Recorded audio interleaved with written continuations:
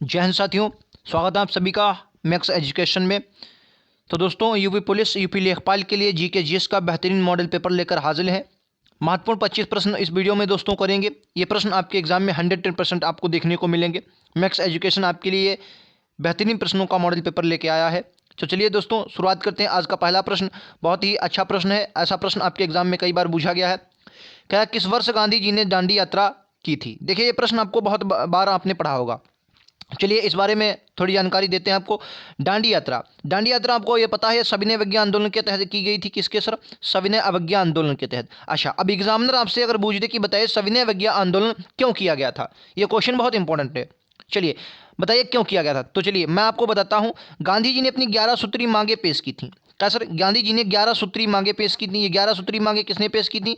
तो आपको याद रखा, गांधी जी ने। किसने सर? गांधी जी ने। अच्छा, उनकी मांगों को जब मतलब स्वीकारा नहीं गया तो गांधी जी ने सविनय अवज्ञा आंदोलन स्टार्ट किया। और ये उन्होंने 1930 में स्टार्ट किया था। ठीक है, कब सर? 1930 में। 1930 में ही इन्होंने सविनय अवज्ञा आंदोलन स्टार्ट किया और इसे दांडी मार्च भी कहा जाता है। एक बात और याद रखना है, फिर द्वितीय सविनय अवज्ञा आंदोलन आपके बार कई बार पूछा गया, तो आपको याद है द्वितीय सविनय अवज्ञा आंदोलन था, ये 1932 से 34 तक चला था। ठीक है, 1932 से कब तक चला? तो 1932 से 34 तक चला था। ठीक है, ये बात बहुत अच्छे से आपको याद रखनी है। और 34 में जाकर सविनय अवज्ञा आंदोलन अंत हुआ था। ये बात बहुत अच्छे से आपको याद रखनी है। ठीक है, चलिए नेक्स्ट क्वेश्चन आपकी स्क्रीन पर ये रहा। कह रहा हीराकुंड बांध किस नदी पर बना है? देखिए दोस्तों, आप 25 के 25 प्रश्न अटेम्प्ट कीजिए और उतना उनका सोल्यूशन देखिए, फिर आपको पता चलेगा कि आपके एग्जाम में ऐसे प्रश्न आएंगे। या तो इस वीडियो से या प्रश्नों के माध्यम से, इसके सोल्यूशन के माध्यम से आपको प्रश्न जरूर देखने को मिलेंगे। कह रहा हीराकुंड बांध किस नदी पर बनाया गया है? चलिए कावेरी नदी पर मैं बात करता हूँ। कावेरी नदी पर आपको याद रखना मैट्टूर बांध, बहुत बार एग्जाम में आया है सर। कौन सा? मैट्टूर बांध आपको याद है, कावेरी नदी पर है। ठीक है, अच्छा तो आपको हीराकुंड बांध कहाँ पर है? महानदी पर है। कृष्णा नदी पर आपको याद है नागार्जुन सागर बांध है। एक तो आपको नागार्जुन सागर बांध याद रखना है। कौन सा?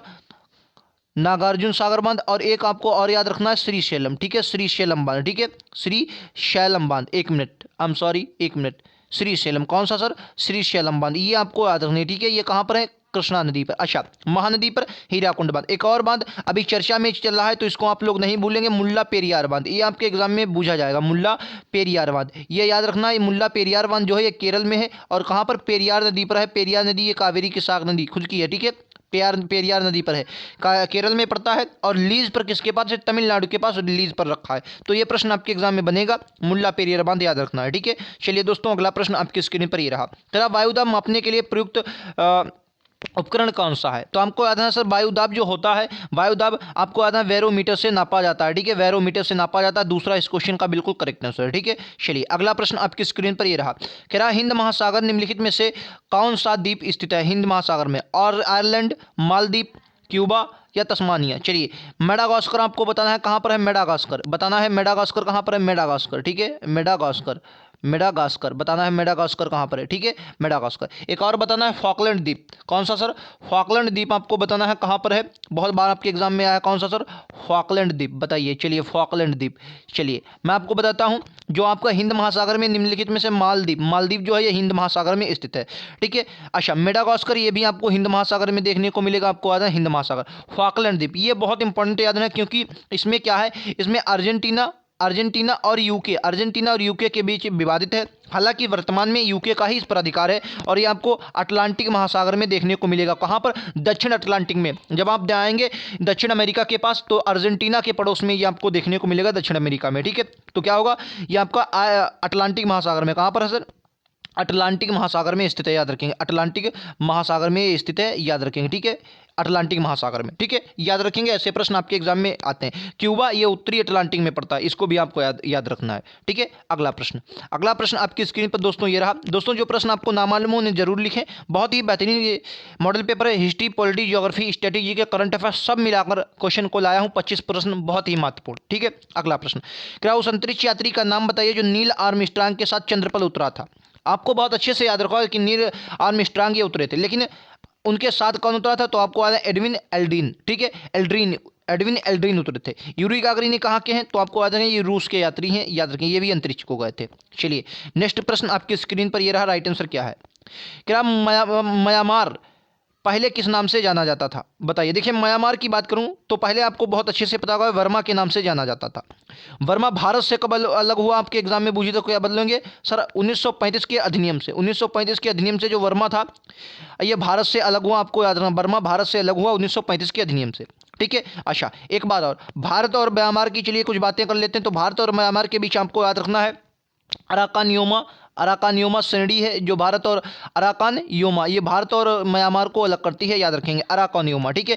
म्यांमार की एक बहुत इंपॉर्टेंट नदी है इरावती, जिसे म्यांमार की जीवन रेखा कहा जाता है। इरावती नदी कहाँ पर? बंगाल की खाड़ी में गिरती है।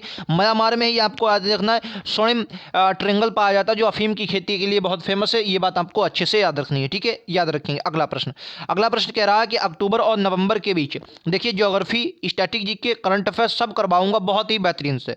मैक्स एजुकेशन आपके लिए हर वक्त तत्पर रहेगा ऐसे ही मॉडल पेपर के लिए। कह रहा अगला प्रश्न, कह रहा अक्टूबर और नवंबर के बीच भारत के पूर्वी तट पर क्या होने की आशंका रहती है? प्रचंड तूफान, चक्रवात, बवंडर, सुनामी। देखिए, अक्टूबर और पूर्वी तट बात करेंगे सर, पूर्वी और पश्चिमी तट की, तो आपको याद रखना ये वाला आपका पूर्वी तट है। पूर्वी तट बोले तो बंगाल की खाड़ी में, तो आपको याद रखना यहाँ पर चक्रवात का डर रहता है, चक्रवात आने की ज़्यादा संभावनाएं होती हैं बंगाल की खाड़ी में, याद रखेंगे। अच्छा, पूर्वी तट और पश्चिमी तट आपको बहुत अच्छे से पता होगा, ये दोनों आकर कहाँ पर नीलगिरी की पर्वत चोटियों पर मिलते हैं। कहाँ पर? नीलगिरी पर्वत श्रेणी पर आकर मिलते हैं। अच्छा, नीलगिरी की सबसे ऊंचा चोटी जो दोदा बेट्टा है, बहुत अच्छे से आपको पता होगा, ये बात बहुत अच्छे से आपको याद रखनी है। ठीक है। नेक्स्ट प्रश्न, ये एग्जाम में आपके बनते हैं। अगला प्रश्न बहुत ही इंपॉर्टेंट प्रश्न है। चलिए, इस क्वेश्चन का राइट आंसर क्या है? क्या निम्नलिखित में से किसने स्वशासन यानी कि होम रूल आंदोलन प्रारंभ किया था? होम रूल आंदोलन किसने प्रारंभ किया था? तो आपको आता है एनी बेसेंट। ये स्टार्ट कब हुआ? स्टार्ट हुआ था 1913 में, सॉरी 1916 में। एक बात बताइए सर, 1916 में स्टार्ट हुआ। अच्छा, 1916 में इन्होंने कहाँ से? मद्रास से, जिसे अड्यार कहते थे, मद्रास से स्टार्ट किया। एक बात बताएंगे अब, देखिए मद्रास से जब इन्होंने स्टार्ट किया 1917 में, सॉरी 1900, आई एम सॉरी यार, 1916, आई एम सॉरी 1916, मुझे 17 कुछ और याद रहा था, अभी बताऊंगा क्या है 17। ठीक है, 1916 में स्टार्ट किया। अब जब इन्हें देखा गया कि भाई कोई और लेडी और दूसरी जगह से आई है, और 1916 में हमारे यहाँ इसने क्या शुरू किया? होम रूल लीग आंदोलन शुरू किया। फिर इनको क्या किया गया? 1917 में इनको कांग्रेस का अधिवेशन दे दिया गया, और पहली महिला इन्हें बनाया गया कलकत्ता में। ठीक है, 1917 में कांग्रेस की अध्यक्षता इन्होंने की थी। किसकी? कांग्रेस की अध्यक्षता की थी, ये बात बहुत अच्छे से आपको याद रखनी। कांग्रेस की क्या थी? अध्यक्षता की थी 1917 में, याद रखेंगे। छपने वाले प्रश्नों में से प्रश्न आपका भूलेंगे नहीं, इंपॉर्टेंट है। अगला प्रश्न, अगला प्रश्न आपकी स्क्रीन पर ये रहा कि प्रथम पानीपत युद्ध में बाबर ने किसको हराया था? देखिए, बहुत इंपॉर्टेंट प्रश्न है, आपको पता होगा, सबको पता होगा, लेकिन प्रश्न आपका क्या बनता है? बताना है कि बाबर को आमंत्रित किसने किया। ये प्रश्न अगर बनता है तो आपको याद रखना है, आपके एग्जाम में सीधा ऐसे ही देगा, इब्राहिम लोदी के चाचा। इब्राहिम लोदी के जो चाचा थे, इन्होंने इसको आमंत्रित किया था, याद रखिए, इब्राहिम लोदी के चाचा। ठीक है, ये इब्राहिम लोदी के चाचा ने इसको आमंत्रित किया था। ठीक है, ऐसा ही क्वेश्चन आपको देखने को मिलेगा, इब्राहिम लोदी के चाचा ने इसको आमंत्रित किया था। आपको पता है 1526 में युद्ध हुआ, पानीपत का इसे युद्ध कहते हैं। इब्राहिम लोदी को उसने पराजित किया था, याद रखेंगे किसको? इब्राहिम लोदी को। चलिए, याद रखेंगे। चलिए, मोहम्मद बिन तुगलक की बात कर लेते हैं। सर, मोहम्मद बिन तुगलक के समय 1333 में कौन आया था? तो एमबीटी के समय 1333 में आया था, किताबुर रहला लिखी थी इब्न बतूता। कौन आया था sir? Ibn Battuta. Ibn Battuta आया, इब्न बतूता, और इसने कौन सी लिखी? किताबुर रहला लिखी, याद रखेंगे। अच्छा, इसकी दो तीन बातें आपको बहुत अच्छे से याद रखनी है। सांकेतिक मुद्रा चलाई थी सर, कौन सी? सांकेतिक मुद्रा, याद रखेंगे भैया। राजधानी कहाँ से? दिल्ली से देवाली, जिसे दौलताबाद इन्होंने नाम बदला, तो दिल्ली से राजधानी कहाँ ले गया सर? दौलताबाद। आपको याद रखना कौन सी ले गया? दिल्ली से दौलताबाद। कहाँ सर? दौलताबाद, याद रखेंगे, दौलताबाद, याद रखेंगे। ये भी आपके एग्जाम में बनेगा। ठीक है, ऐसे प्रश्न आपको एग्जाम में देखने को मिलेंगे, गलत नहीं करेंगे। अगला प्रश्न, अगला प्रश्न दोस्तों आपकी स्क्रीन पर ये रहा, तेरा भारत में निम्नलिखित में से किसका निर्यात होता है? बोलेंगे, भारत में निम्नलिखित में से किसका निर्यात होता है? लौह अयस्क, पेट्रोलियम उत्पाद, शक्कर या अखबारी कागज। तो आपको याद रखना, भारत जो है ये लौह अयस्क का निर्यात करता है। आपको बहुत अच्छे से याद रखना है, आपके एग्जाम में प्रश्न बनेगा तो आप लोग गलत नहीं करेंगे। पहला इस क्वेश्चन का बिल्कुल बहुत ही शानदार आंसर है। ठीक है, अगला प्रश्न, अगला प्रश्न आपकी स्क्रीन पर ये रहा, कह रहा यदि कोई रोगी, देखिए साइंस का बहुत ही बेहतरीन प्रश्न है, कह रहा यदि कोई रोगी क्षय रोग से पीड़ित हो तो शरीर में कौन सा भाग प्रभावित होता है? क्षय रोग से पीड़ित होता है तो आपको याद रखना फुफ्फुस यानी कि फेफड़ा, फेफड़ा प्रभावित होता है, आपको याद रखना। ठीक है, फेफड़ा क्या होता है? प्रभावित होता है। आपको बहुत अच्छे से याद रखनी, ये प्रश्न आपके एग्जाम में बनते हैं। ठीक है, चलिए नेक्स्ट प्रश्न, कह रहा वेटिंग फॉर महात्मा शीर्षक पुस्तक के लेखक कौन है? वेटिंग फॉर महात्मा शीर्षक पुस्तक के लेखक कौन है? वेटिंग फॉर महात्मा, तो आपको याद रखना आर के नारायण, आर के नारायण। विनोबा भावे की बात करेंगे, 1940 में इनके बारे में आपको याद रखना व्यक्तिगत सत्याग्रह, व्यक्तिगत सत्याग्रह चलाया था किसने? 1900 ये पहले व्यक्तिगत सत्याग्रह, पहले सत्याग्रही थे 1940 में, ठीक है। 1951-52 में आपको याद रखना, 1951-52 में इन्होंने क्या चला था, भूदान आंदोलन। भूदान आंदोलन के प्रवर्तक कौन है, भूदान आंदोलन, याद रखेंगे, भूमिदान दी जाती थी, भूदान आंदोलन विनोबा भावे, याद रखेंगे, बेहतरीन प्रश्न है। और आर के नारायण, ये वेटिंग फॉर महात्मा पुस्तक के शीर्षक हैं, याद रखेंगे, ठीक है। चलिए अगला प्रश्न, अगला प्रश्न आपकी स्क्रीन पर ये रहा कि भारतीय नौसेना अकादमी कहाँ पर स्थित है, बोलेंगे भारत में नौसेना अकादमी कहाँ पर स्थित है, क्या होगा इस क्वेश्चन का राइट आंसर, बताइए छपने वाले प्रश्नों में से राइट आंसर क्या है। इस क्वेश्चन का राइट आंसर सर कोचीन होगा, ठीक है, कोचीन होगा इस क्वेश्चन का राइट आंसर, याद रखेंगे, बहुत इंपॉर्टेंट क्वेश्चन है, ठीक है। अगला प्रश्न, अगला प्रश्न आपकी स्क्रीन पर ये फिर से आ गया, होम रूल लीग आंदोलन किसने चलाया था, ये इस पर हम बात कर चुके हैं, तो इस क्वेश्चन को नहीं देखेंगे। अगला प्रश्न कह रहा स्वराज्य मेरा जन्माधिकार है और मैं इसे लेकर रहूंगा, ये किसके, देखिए आपको बहुत अच्छे से पता होगा ये किसने कहा, बाल गंगाधर तिलक ने कहा। लेकिन कई बार मुझे ये प्रश्न मिला कि कब कहा, तो आपको आज ये उन्होंने 1916 में कहा था, और 1916 में कब सर, उसी के आंदोलन जब इन्होंने स्टार्ट किया था होम रूल लीग, उसी के द्वारा इन्होंने 1916 में कहा स्वराज्य मेरा जन्माधिकार है, मैं इसे लेकर रहूंगा। बाल गंगाधर तिलक के बारे में आपको याद रखना है, इन्होंने शिवाजी महोत्सव कहाँ पर, महाराष्ट्र में, याद रखना, शिवाजी महोत्सव आयोजन किया था, और गणेश महोत्सव, ठीक है, गणेश उत्सव, ये इन्हीं की देन है, ठीक है, गणेश उत्सव और शिवाजी महोत्सव, याद रखेंगे। ऐसे प्रश्न आपके एग्जाम में बनते हैं, ये प्रश्न आपके एग्जाम में पूछे गए प्रश्न है, ठीक है। अगला प्रश्न, अगला प्रश्न ये कह रहा है युआन किस देश की मुद्रा है, बहुत ही इंपॉर्टेंट प्रश्न है। तो दोस्तों अगर चैनल पर आप नए हैं तो मैक्स एजुकेशन को आप लोग सब्सक्राइब करें। 20-25 में से आपका स्कोर कितना रहता है लास्ट में हमें जरूर बताएं, ऐसे ही लगातार प्रश्नों के लिए चैनल को सब्सक्राइब करना नहीं भूलेंगे। कह रहा है युआन किस देश की मुद्रा है, तो चलिए याद रखेंगे चीन की मुद्रा युआन, इसको रेमनबी भी कहा जाता है, ठीक है। जापान की मुद्रा आपको याद रखना एन है, जापान की क्या है, एन है। कोरिया की मुद्रा आपको याद रखना वॉन है, ठीक है। वियतनाम की मुद्रा आपको याद रखना डोंग है, कौन सी है, डोंग, डोंग कहाँ की है, वियतनाम की मुद्रा। अच्छा कमेंट बॉक्स में आपको बताना है कि जो युआन है इसको रेमनबी भी कहा जाता है, ये बात बहुत अच्छे से आपको याद रखनी है, ठीक है। अच्छा एक बात आपको बताना भी, कजाकिस्तान सॉरी ईरान की मुद्रा, ईरान ने अपनी मुद्रा चेंज की है, ईरान की क्या मुद्रा है, कमेंट बॉक्स में आपको बताना है, ठीक है। ईरान की कौन सी मुद्रा अभी हाल ही में उसने चेंज की है, ये बात आपको बतानी है। अगला प्रश्न कह रहा लैंड ऑफ मॉर्निंग क्लेम किस देश को कहा जाता है, लैंड ऑफ मॉर्निंग क्लेम किसे कहा जाता है, कुछ लिख रहा हूँ उन्हें बताइएगा। कह रहा शाश्वत नगर आपको बताना है किसे कहा जाता है, शाश्वत नगर, शाश्वत नगर किसे कहा जाता है, बताइए शाश्वत नगर किसे कहा जाता है, ये आपको बताना है, ठीक है। एम्पायर सिटी किसे कहा जाता है, एम्पायर सिटी, एम्पायर सिटी कहा जाता है, बताइए किसे कहा जाता है, एम्पायर सिटी, ठीक है। अच्छा एड्रियाटिक सागर की रानी, ये पिछले कल क्वेश्चन मैंने करवाया भी था, एड्रियाटिक सागर की रानी, एड्रियाटिक सागर की रानी किसे कहा जाता है, ये भी बताइए, एड्रियाटिक सागर की रानी किसे कहा जाता है, एड्रियाटिक सागर की रानी, ये भी बताइए, 3 प्रश्न बताइए, ठीक है। चलिए शाश्वत नगर आपको बताना है किसे कहा जाता है, एम्पायर सिटी मैं बता देता हूँ, ये कहा जाता है न्यूयॉर्क को, किसे कहा जाता है, ये न्यूयॉर्क को कहा जाता है, आपको याद है किसको, न्यूयॉर्क को कहा जाता है, आपको याद है किसको सर, न्यूयॉर्क को कहा जाता है। एड्रियाटिक सागर की रानी ये इटली का शहर है वेनिस, इटली का शहर कौन सा है, वेनिस, इसे कहा जाता है, याद रखेंगे, ठीक है। और लैंड ऑफ मॉर्निंग क्लेम ये कोरिया को कहा जाता है, कौन सा, लैंड ऑफ मॉर्निंग क्लेम ये किसे कहा जाता है, ये कोरिया को कहा जाता है, आपको याद रखना, ठीक है। अच्छा हाल ही में अभी आरओ के एग्जाम में पूछा गया था कि वादे की भूमि किसे कहा जाता है, किसको सर, वादे की भूमि, ये आरओ में भी आया था, वादे की भूमि किसे कहा जाता है, तो आपको याद रखना मिंडानाओ, मिंडानाओ ये कहाँ का, ये फिलीपींस का द्वीप है मिंडानाओ, आपको याद है कौन सा, मिंडानाओ, इसे वादे की भूमि कहा जाता है। शैतान का गोल्ड कोस्ट किसे कहा जाता है, कमेंट बॉक्स में छाप दीजिए शैतान का गोल्ड कोस्ट। चलिए अगला प्रश्न कह रहा राजतरंगिणी, 1 मिनट, कह रहा राजतरंगिणी जो है ये पुस्तक किसकी है, बताइए राजतरंगिणी। चलिए राजतरंगिणी की बात कर लेते हैं, राजतरंगिणी किसने लिखी, कश्मीर के राजाओं के बारे में। तो कश्मीर का इतिहास कहाँ सर, कश्मीर का इतिहास इसमें है, आपको याद है कश्मीर का इतिहास, कल्हड़ की राजतरंगिणी है। एक बात और बातें रखना, कश्मीर का सबसे महंतम शासक अगर पूछा, कश्मीर में आपको 3 वंश देखने को मिलेंगे, एक आपका कारकोट वंश, एक उत्पल वंश और एक लाहौर वंश, ठीक है, 3 वंश आपको देखने को मिलेंगे। इन सब में इंपॉर्टेंट कौन से, ललितादित्य मुक्ता पिंड, ठीक है,